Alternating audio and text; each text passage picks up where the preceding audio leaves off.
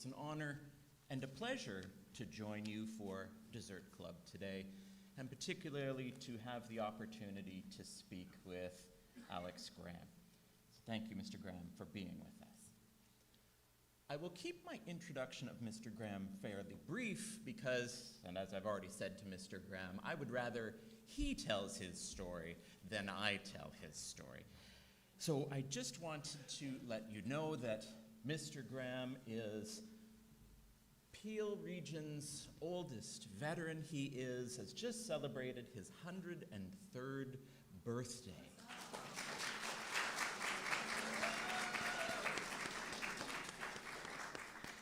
And in fact, as he said, he is still celebrating his 103rd birthday. In fact, last weekend, he was up flying a plane over southwestern Ontario, which is, I think, pretty impressive. The highlight of my birth. He was born in 1922.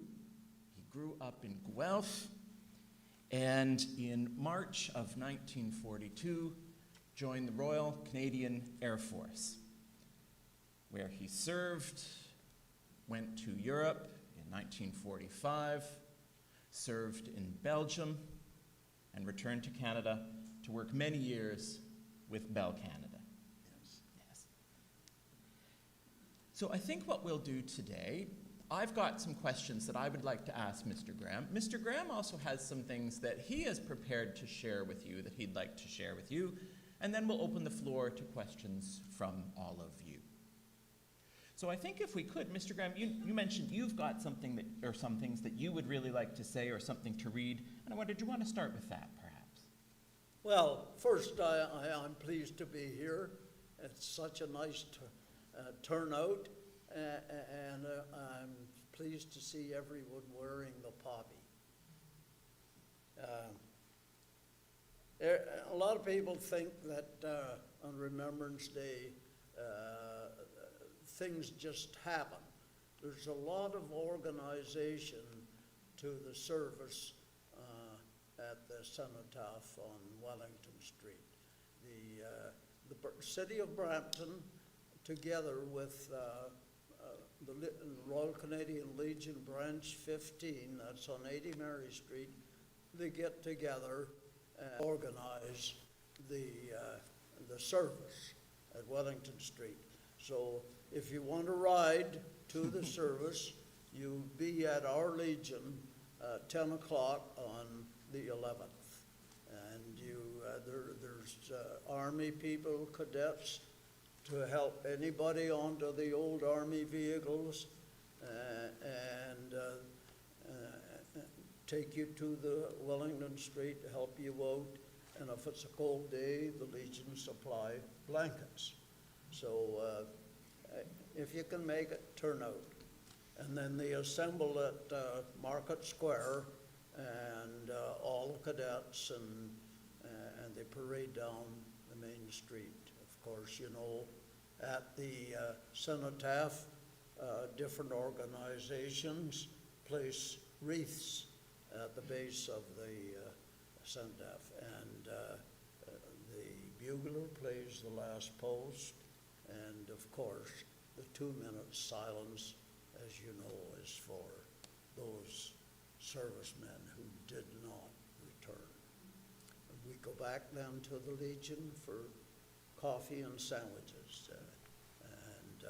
I did talk with one of the ladies in the auxiliary, and she said they make 354 sandwiches. And they're special one day of the year, cheese and onion sandwiches.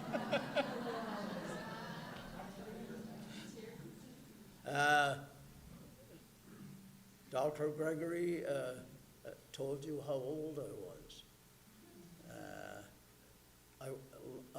About a week ago, I went to my high school reunion in Guelph. I was the only one there.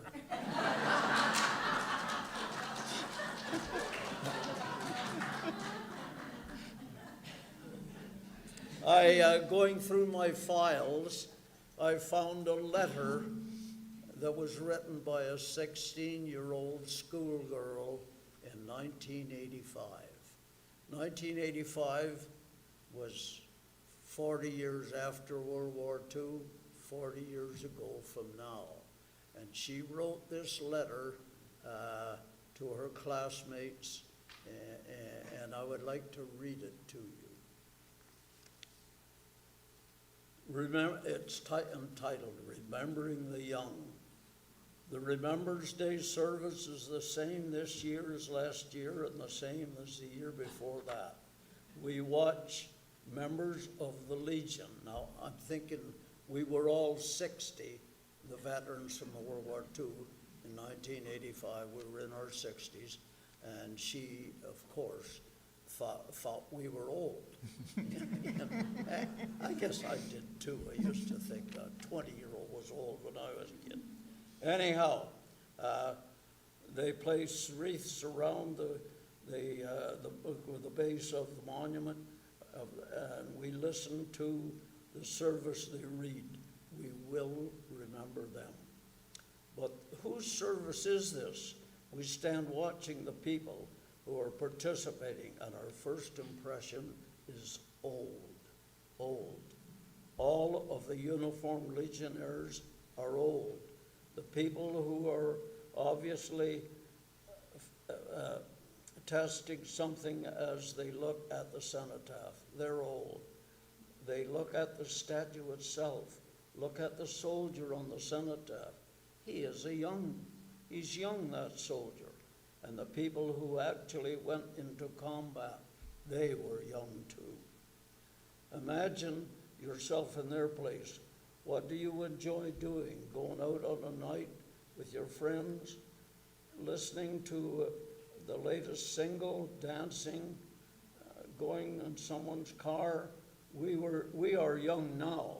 We are learning to be free. These are the years in which we have fun, act crazy. All too soon we will be adults and responsible human beings. The people who we honor on Remembrance Day were young too. It was their youth that they gave. Gone were the carefree, happy days of theirs, of their right, gone in exchange for gunfire, suffering, and death. They were our age. They grew up quickly, too quickly. Many died or watched a friend die. Could you watch your friend with a bullet in the face or a shell in the stomach? Even the ones who came home again made the sacrifice.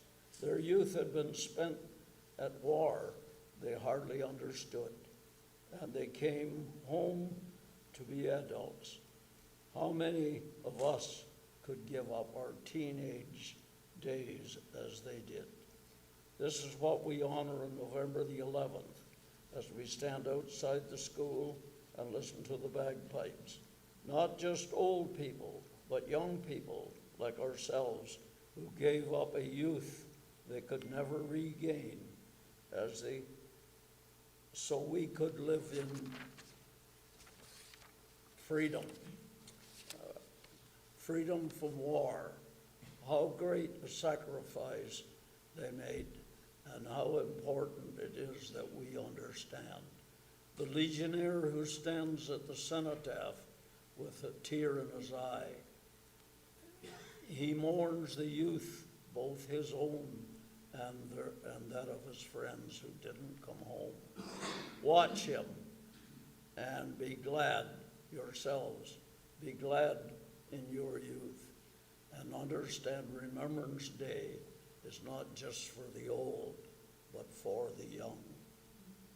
Note, this was written by a schoolgirl in 1985, and I say that this letter could have been the reason the legionnaires adopted their act of remembrance. I repeat what the minister said, they shall grow not old, as we that are left go old. Age shall not weary them, or the years condemn. At the going down of the sun, and in the morning we will remember them. The Legion also adopted, that was from a poem by a poet, Binyon, in the 18th century. The Legion also adopted from a poem by Rudyard Kipling as their closing ritual. Lord God of hosts, be with us yet, lest we forget, lest we forget.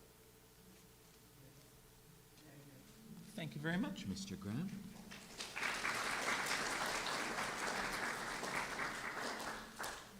If I may, picking up on that letter, written by a teenager in the 1980s, I'm curious to understand a little bit more about you, thinking as a teenager in the 1930s, you would have grown up in a Canada where the First World War was still a recent memory.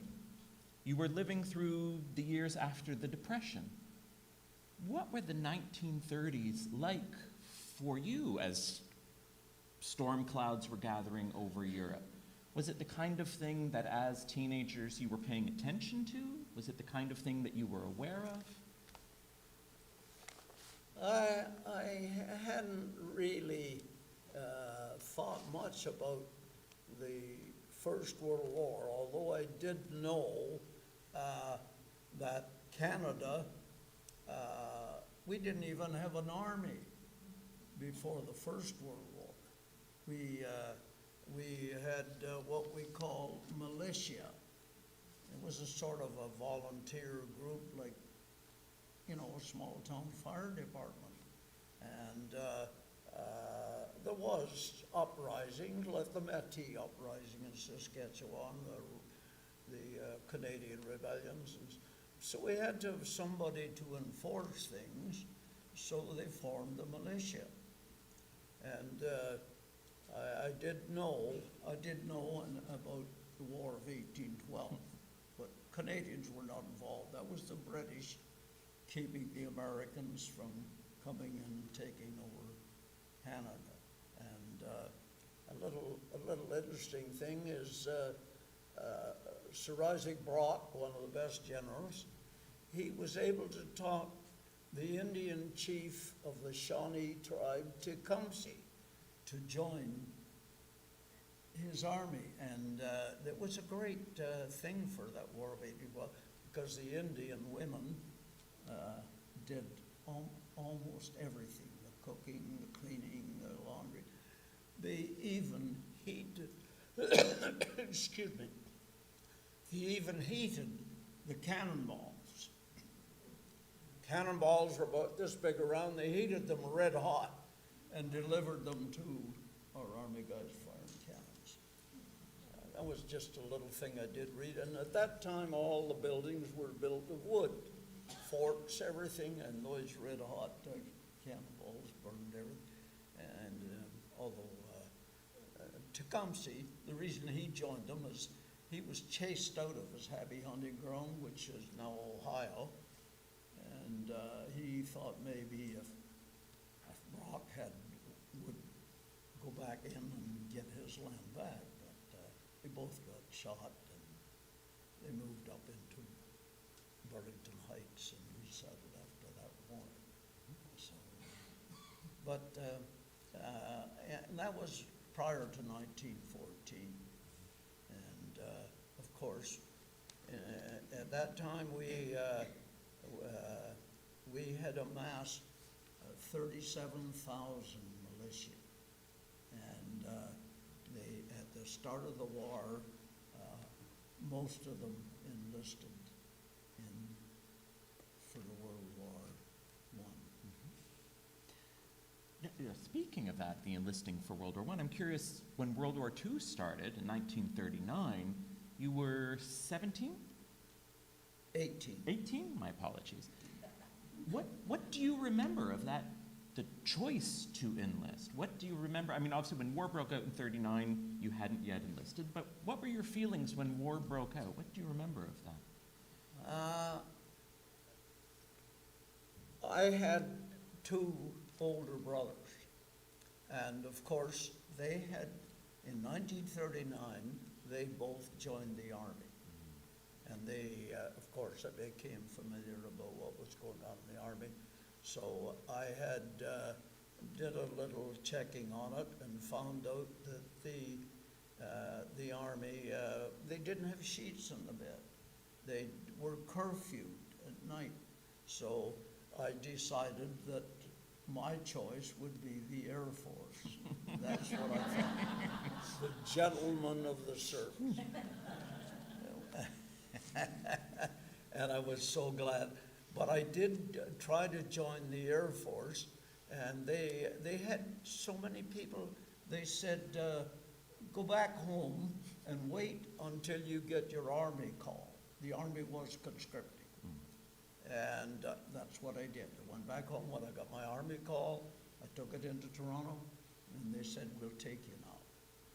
So that's what I was thinking. I was thinking I could be, you know, Air Force. Everybody wanted to be a pilot. That was the glorious job. I did get to realize if the ground crew didn't keep the plane airworthy, the pilot couldn't be a hero. Right? Of course. That's what I thought of. Gotcha. Now, when you joined up, it was March 1942? When you joined up, it was March, Yes. March 1942? What was that experience like? When you, I mean, you've talked about how you went to the recruiting center. How did that feel? What sort of things did you experience when you first signed up? I really didn't know what to expect when I joined up, but right away they wanted to make it look tough for us, and I did go to Manning Pool, and the first thing they did is send you to the barber. And I'm sure he was clipping hair on poodles in real life. Shrubs? Yes, and then they sent you to get a uniform, and that was great. And then when we got our insignias, there was many ouches trying to sew it on. Take it home and let your sister or your mother do the sewing. That's what it was. It was a real living experience, but it was, I could tell you funny things about the first thing they taught us was to salute. And to salute is the long way up and the short way down. Well, if you were told you had to salute senior officers on the street, and so I saluted every taxi driver. If you didn't, you had to peel potatoes. That was fun. Now, 1942, that was a pretty dark point of the war. Pearl Harbor had happened in December 1941. Dieppe in August of 42. As 1942 progressed, you were in the service, you were getting trained. Particularly, I'm thinking after Dieppe, were you thinking maybe you made a mistake signing up? No, I didn't.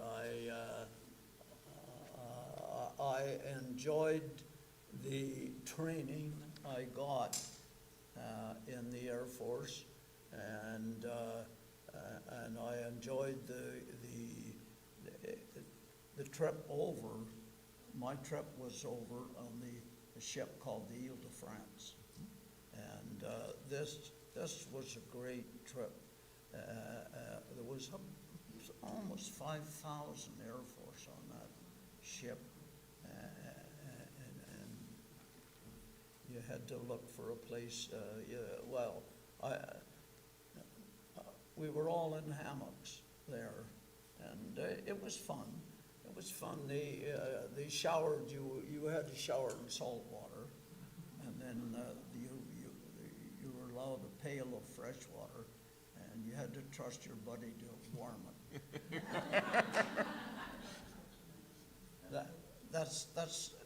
I enjoyed that. I was working quite recently on a book about a First World War soldier, and it was, when he went overseas, he talks about very similar things. It was exciting for him. It was his first time out of Ontario, his first time to England. Had you ever traveled outside of Ontario or to England before you went overseas with the Air Force? No, I hadn't. I hadn't done. I come from the small town of Rockwood, and no, it was pretty near the first time I was on a bus or a train. You know, when I joined up, the only way we could go out of town was by bicycle or something like that. But in the First World War,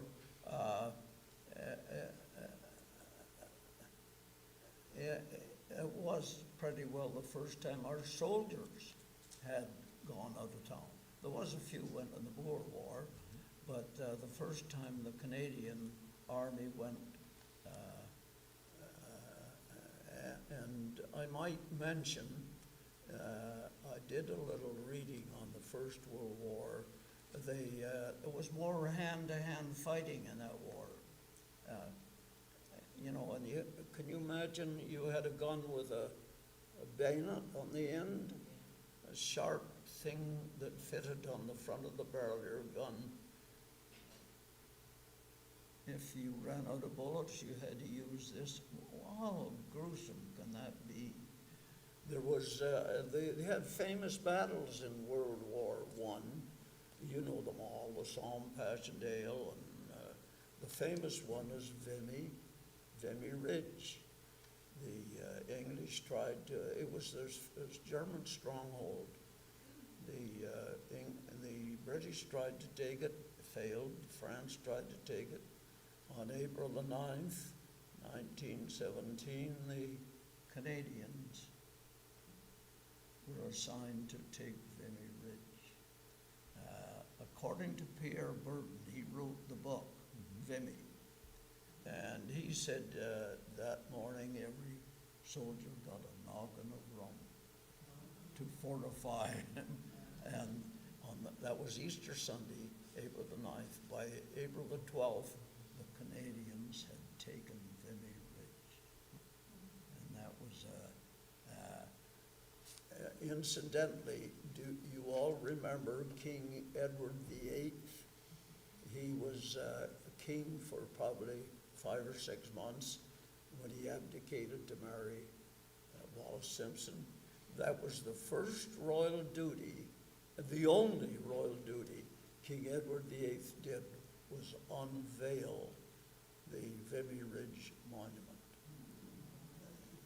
And today, it is not only a monument, it is a tourist attraction as well.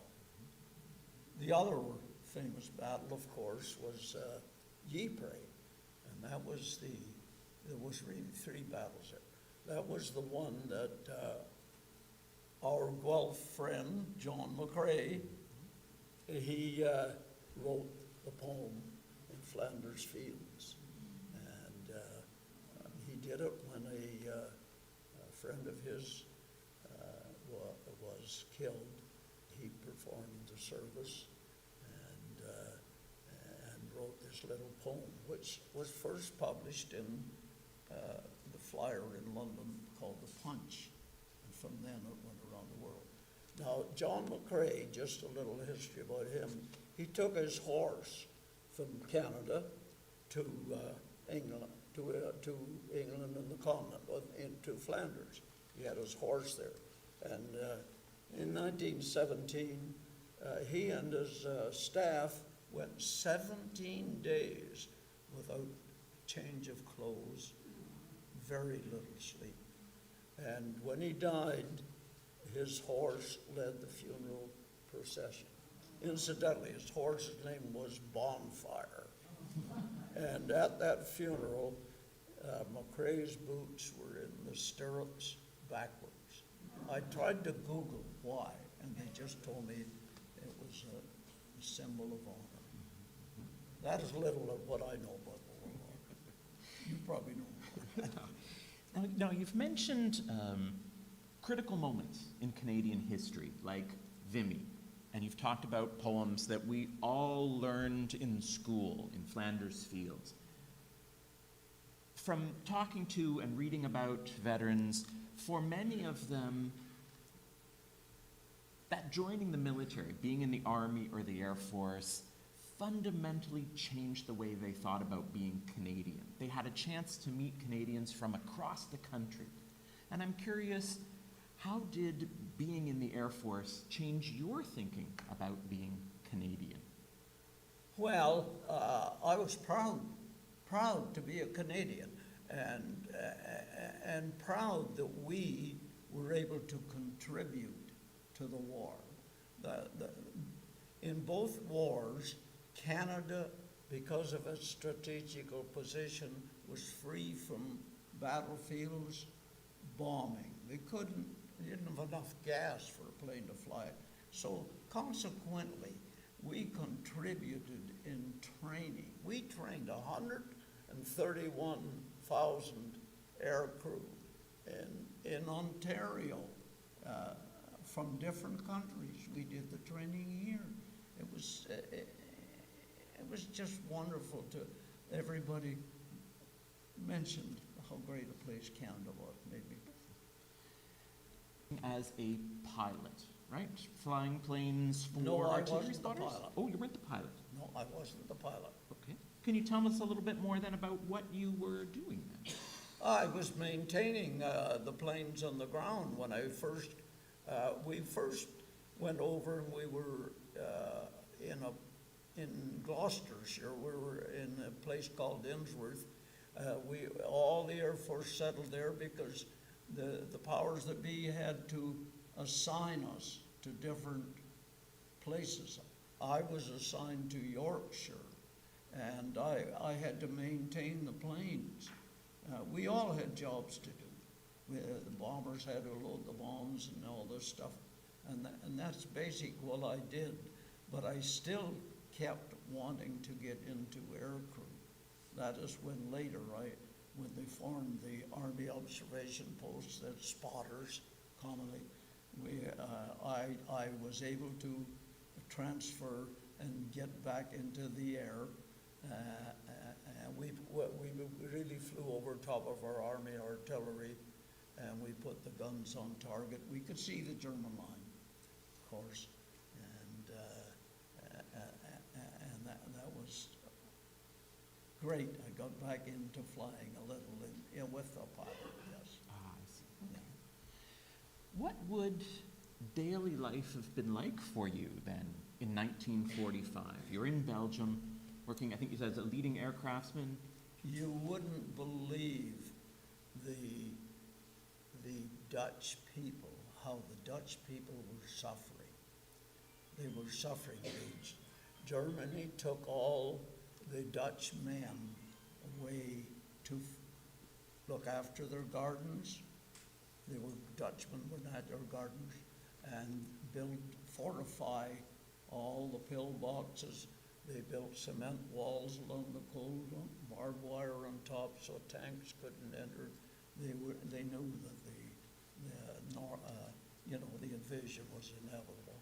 But we were given a small roast of beef and some carrots and potatoes on weekends, and said, that is all of us, said, go into town, pick a house at random, said you come for dinner, and you brought the food. And don't eat too much, leave them leftovers, which I'm sure they shared with their neighbors when we left, and to look at the people suffering. Some of those poor Dutch people, they had no shoes. the clogs they had their feet wrapped in rags or burlap. I actually saw this and watched how many of them starved to death. Well, I could tell you what happened after we chased the Germans. They opened the dikes, flooded. Oh, it was terrible. But the Dutch people still, the Dutch people gave me this little medal. It says, "Thank you from Holland." They sent this to me. Have you been back to Belgium since the war? No, I would have liked to, but no one invited me. Well, you might I still would get have an liked invitation. to go of course, you know, we advanced in Normandy through Juno. Juno was our assignment for the army to enter Europe, yes. And they made the greatest advance on that day. Now, I know on VE Day, Victory Europe Day, you were in the air when the war ended in Europe. Can you tell us about that? I was on May the 6th. I was in the air. Morning and night we put the guns back on target. And on May the 6th, I received on my earphones, pilot and I, return to base. And we thought, what? And the pilot said, we flew down over our artillery, and the soldiers were throwing their helmets in the air and hugging each other. We said, the war is over. It wasn't declared until the 8th, but we knew about it on the 6th. And the first thing came to my mind, hey, I'm still alive. I'll be going back home. I was 22 years old, you know.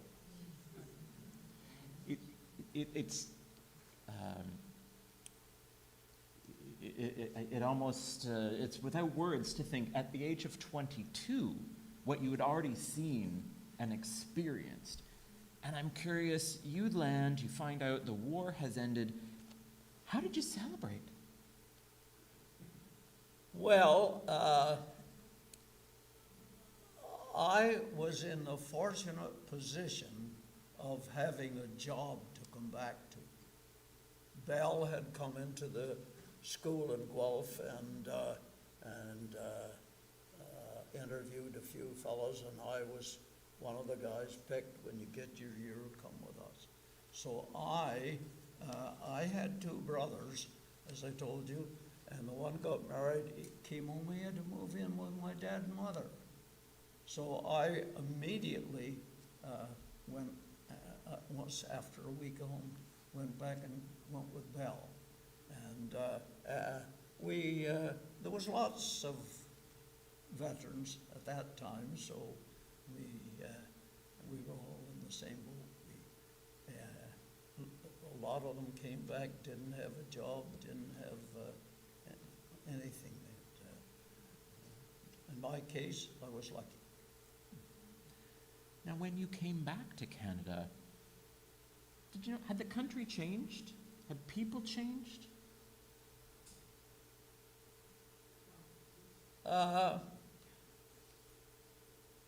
No, I think it did.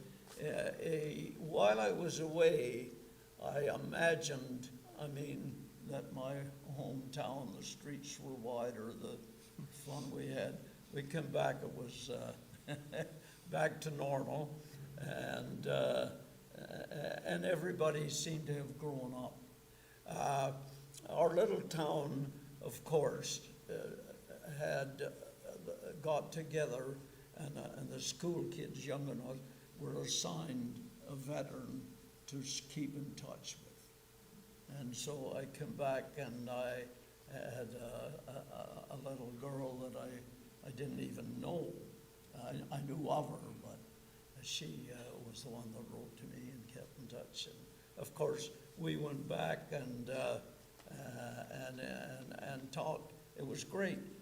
The younger kids had grown up, and they had gotten jobs too, and and we knew one of them had graduated, one of the girls graduated as a school teacher, and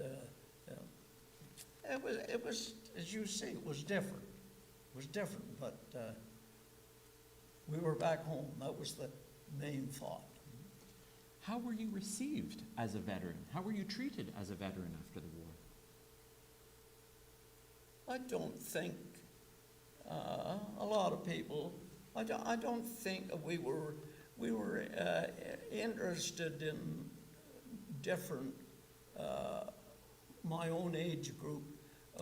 Did they come back or did they not come back? We were interested. What happened to Ernie? What happened to Billy? What happened to them? And one of my friends was a fighter pilot. You wouldn't believe, he was absolutely shaky. He you know, flying a Spitfire from the war must have been terrible. Some of the fellows did have, we didn't know it as trauma at that time, but some of them, they changed. My brother was one of them. He was a different person when he came back. So we noticed, we hadn't thought about it, but we did notice things like that when you mentioned it. Mm-hmm. Now, thinking you've been back for 5, 10, not even 10 years, and the Korean War breaks out, and Canada is once again at war. What do you remember thinking about that experience? You were in your, what, at that time, late 20s, almost 30? Yeah, I didn't really hear much about those. I know it was 1950 or something like that. No, I didn't. I didn't really know anyone that went in those wars. I have met them at the Legion now. They're the only veterans left, besides me. I'm curious, I remember a story I heard from my wife's grandfather, who also served as a mechanic for the Royal Canadian Air Force. And he shares this story how when they'd get time off base, they would go out to a pub or something like that and get to dance with a lady. And sometimes the lady would think they were being a little bit fresh because they would kind of handle them. And what he said is, well, we weren't being fresh, but we were feeling to see if she might have a flask on her. And I'm curious, when you left base, what were your interactions like with the civilians during wartime? Well, you see, that's why we wanted to be a pilot, because they were the top echelons. And even if you were in training to be a pilot, you got a white insert to put in your cap. They knew you were going to be a hero when you got that in. But no, the places I went, the girls, and some of them were married too, but you were not allowed to date them. They were not allowed to date you. A lot of fellas tried, but it was the USO and all that stuff. And actually, I didn't know how to dance. There was 2 or 3 other guys like me. We went and we had to pay to a lady, a dancing instructor, and as soon as we learned to do the 2-step, that was it. Now we can make those. I could do the 2-step to every dance. Well, I've just got 1 or 2 more questions for you, and then we'll open to questions from the audience, because I'm sure lots of people have questions for you that I haven't covered. The one is, I take the risk of treading into contemporary politics a little bit, because for probably most of our lives, Canada's presented itself as a country of peacekeepers. And yet it seems in the last, say, 20 years or so, backed away from that. And now we are seeing strife in Eastern Europe again. We are seeing strife in the Middle East. We're seeing strife in Eastern Asia. As someone who has seen war, as someone who has experienced war firsthand, what sort of advice do you have for us today, for those of us who haven't experienced it firsthand? Keep the memory alive. There's nothing more terrible than war. How killing another human being, that is a terrible thing. And the suffering and pain, not only to the soldier, to the citizens of all over. They lost so many people as well. We almost did away with the German city of Hamburg. Our bombers concentrated on that city, and they almost killed everybody in it and did the city rebuilt now. But that's just, my advice is, anything you can do to prevent war, do it. I have a theory on what causes war. Does anybody know or think what causes war? My theory is the greatest force on earth is territory. Every bird, every animal, every human being establishes a territory, and they will fight to the death to defend it. And there are many causes for the war. Hitler, for instance, he convinced the German people that they were a superior race, and he wanted to rule the world. And had he won, he would have put an officer in every country, and those that did not obey him would have been gone to the gas chambers.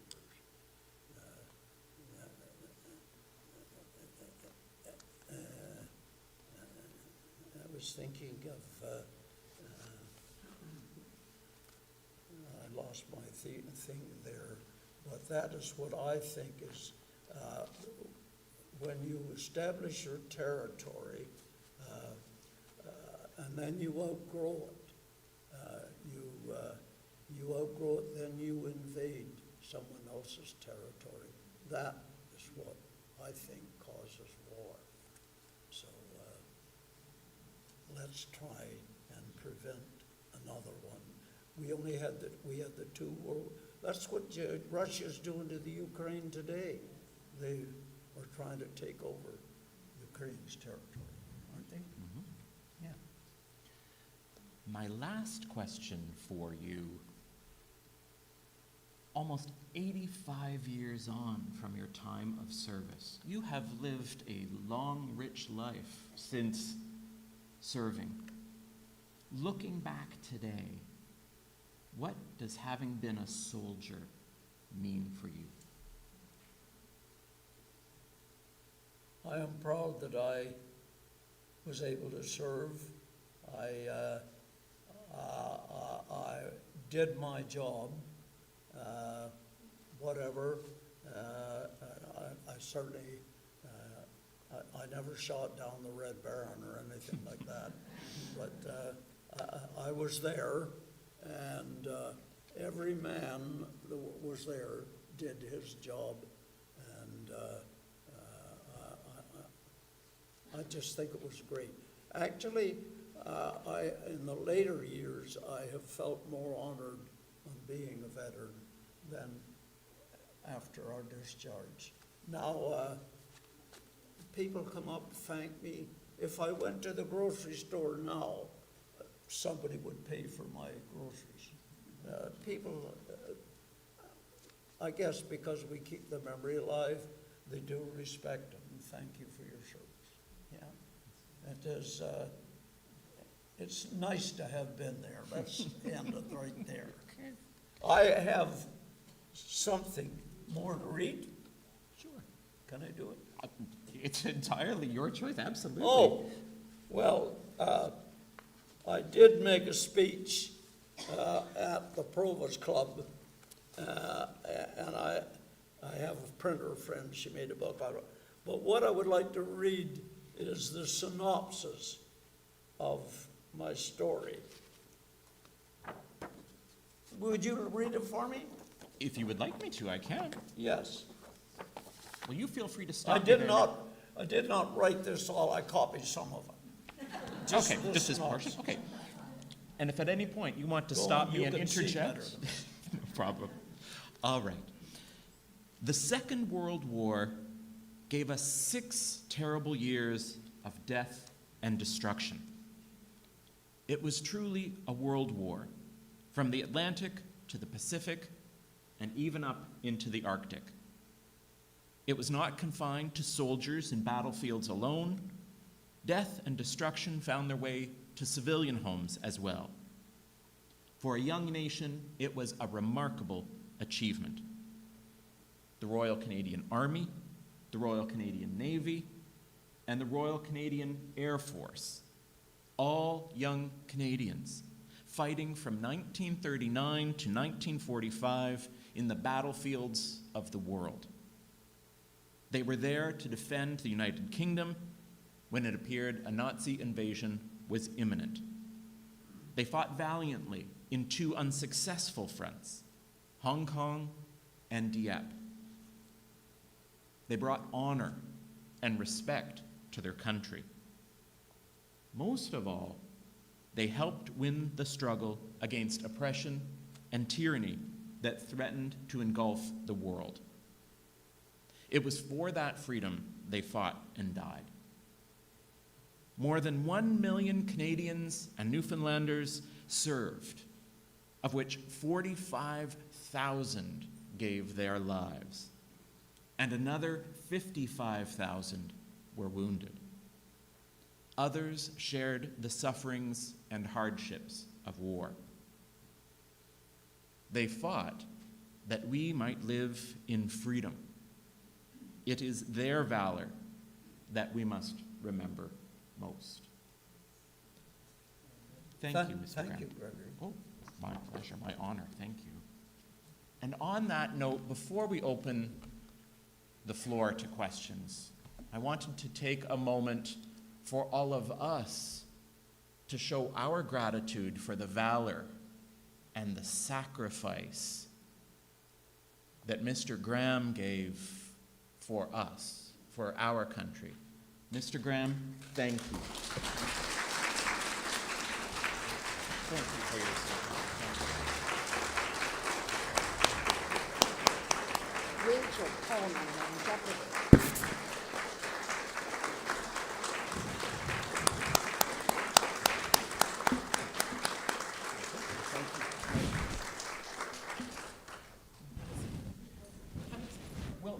We'll open the floor now, if we could, to questions.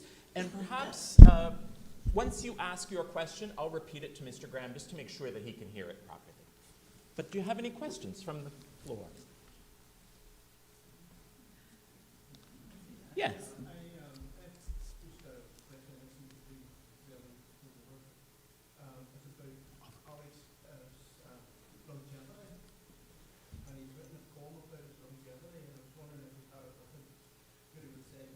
Absolutely. Do you have a poem about longevity? Yes, I do. Yes. Did you want to hear my poem about longevity? Well, since I turned 100 3 years ago, people have been asking me what's my secret. And I thought about writing a menu and of what I eat. And then I thought, well, I would have to write another menu of what I don't eat. So I sat down and thinking about it. Could I ask you to do it again? Are you sure? Well, yeah, my eyes water. Okay. My eyes water a bit. This is pretty small printing. Okay. Yours, thanks. Maybe what I will do, if you're okay, how about I leave the last stanza for you to read? Okay. Okay, we'll collaborate. That will be Yes, good. all right. Okay, excellent. Alex Graham's recipe for longevity.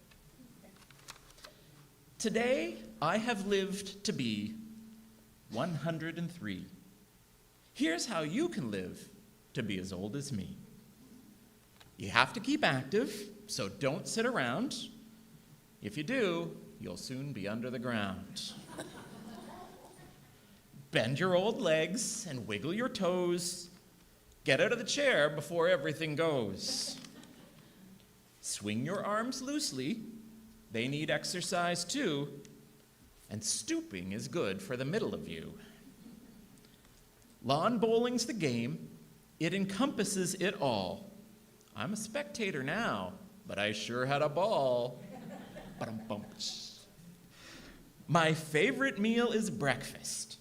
When I get out of bed, every day I eat a fried tomato. Doesn't matter if it's green or red. And 2 slices of bacon and an egg on white toast. That's my kind of breakfast. I enjoy it the most. Mr. Folgers is my friend, a man of renown. I drink a large cup of his coffee to wash it all down. When I go to the Mandarin, the salad bar invites me. The main bar is enticing, selective I'll be.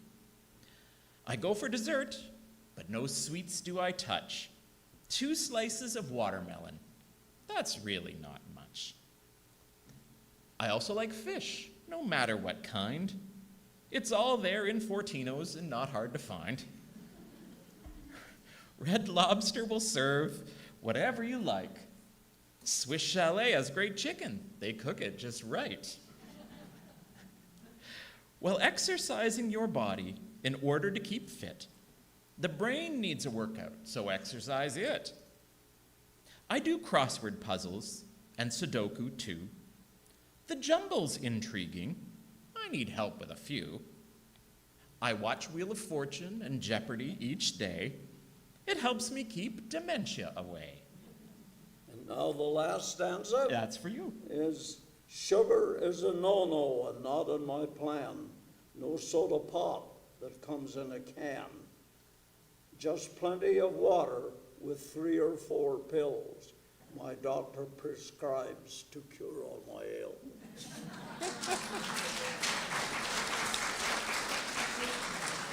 I had fun writing that. Thank you, Mr. Thank you for Oh, my pleasure. Are there any more questions from the audience? How about the very back? Well, since we're in a church here, I'm wondering if you have any recollections of dealing with clergy when you were overseas. The question is, do you have any remembrances of dealing with clergy while you were overseas? We're in a church right now, so it seemed a fitting question. Well, yes, they did. They formed a church group, and we all attended, and I can only say the good Lord there had blessed me as well, and looked after me. I've had a wonderful life, so yes. I'm also belong to the Masonic Lodge, as you all know, is based on the Bible, and that's it. Thank you. Another question? Yes. Throughout the years you've been living, what is the major differences you've seen in Canada? How has Canada changed over your life? What are the differences that you've seen in Canada over your life? Actually, from the Model T that Henry Ford built, I have experienced a lifetime of different cars. A Model A, and it has been wonderful watching the progress in everything. And am interested in the medicine progress too. It's unbelievable. We didn't even have penicillin.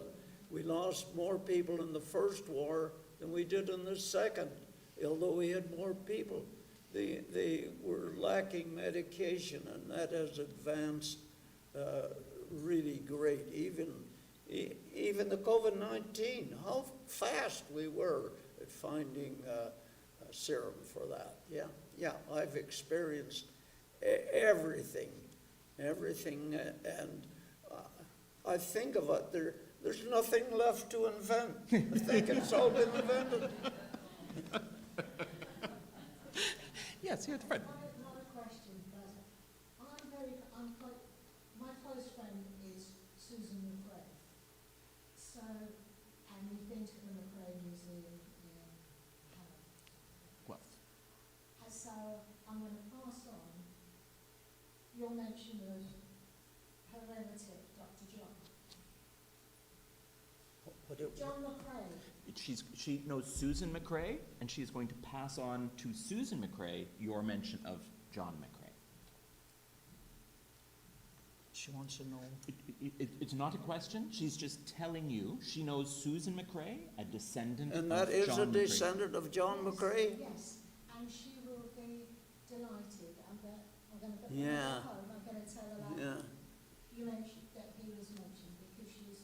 Oh, very that was, proud. John McRae was a dedicated soldier Yeah. and a dedicated doctor. He died, you know, of pneumonia and meningitis. Yeah. And, Because we went through that museum. yeah, There's pictures of imagine him. that. And this handsome young man with everything going for him, and he dies. So Yeah. So it's lovely Yeah. to see somebody who kind of went through that morass and came out. I'm Polish, and so we did General Anders, World War II. The other thing is Susan's dad trained pilots. He did exactly what you were talking about. Yes, He trained the British pilots. yes, I was So involved that's in, the whole thing I'm I was involved in the elementary training schools as well, yes. And if I might mention, given both of us having lived in Guelph, for anyone who is going to Guelph and has some time, that's where the McRae Museum is. And if you have some time, and it is the house that John McRae grew up in, and it is a great opportunity. The author of In Flanders Fields, he was a surgeon during the First World War, and if you have an opportunity, it's a great little museum to go to. Is that still on Elizabeth Street? Is it Elizabeth Street or Water Street? I'm not sure. Oh, maybe, yeah. Yeah, right beside the river, Yes. anyway, yeah. Do we have any more questions? Think we maybe got time for one or two more, if people have them? Unfortunately, I've got tons to say, because we lived in the States for quite a long time. I worked with veterans, and there was one guy that I was very, very fond of, and he would, I don't know if it not, but, and, young black man from, Mississippi or somewhere, and he got hired by Boeing. And you mentioned that people had nothing to come back to. He actually did have a job at Boeing, but we treated him for PTSD for quite a long time. So he was fine, but he remembers, they kept saying, come back, come. And he said, no, I'm not the man. I'm not the man that you hired. I used to do little talks to the schools. And, of course, I'd call the teacher first. What age group am I going to talk to? And I just have questions that I ask. I had a group of 14, 15-year-olds, questions I asked at Madoc School. Pass the water. What questions? What year was World War I fought? Who was our enemy? What poem did Colonel John McRae write? In fact, if at that time they came out with that quarter with the poppy on it, a red poppy, and I went to the bank and if they could recite a few lines of Flanders Fields, I would give them a quarter. And some of them tell me they still have that quarter. So that was some of, what was Colonel McRae's profession? That was a question I asked. He took his horse over there, what was its name? What flowers are similar? Who sells poppies? It was called Armistice Day in 1921, and in 1970 it was changed to Remembrance Day to include all wars, yes. That was some of the questions. November the 11th, why was 11 o'clock chosen as the observant? Why do we have 2 minutes silence? These are some of the questions I used to ask the kids. Thank you. One last question? Yes, Beth. Did you ever get to meet the Queen? No, I didn't. No. I was too far down the line. I'm sure you were in her thoughts, though. Yes, the king, of course.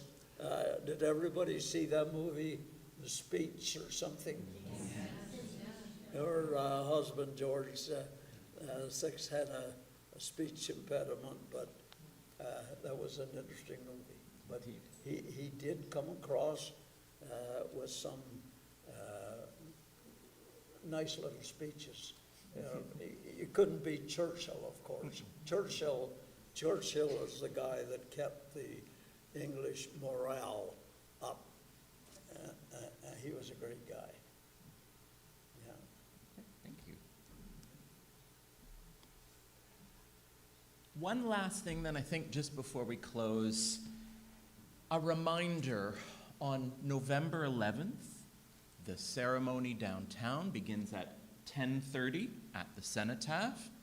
And please, if you can't make that ceremony, to take the time wherever you might be, at work or at home, to pause. And at the 11th hour of the 11th day, to pause, to remember, to honor, to mourn, and to commemorate. Thank you. You're Thank welcome. you, Gregory. You're welcome. Yes.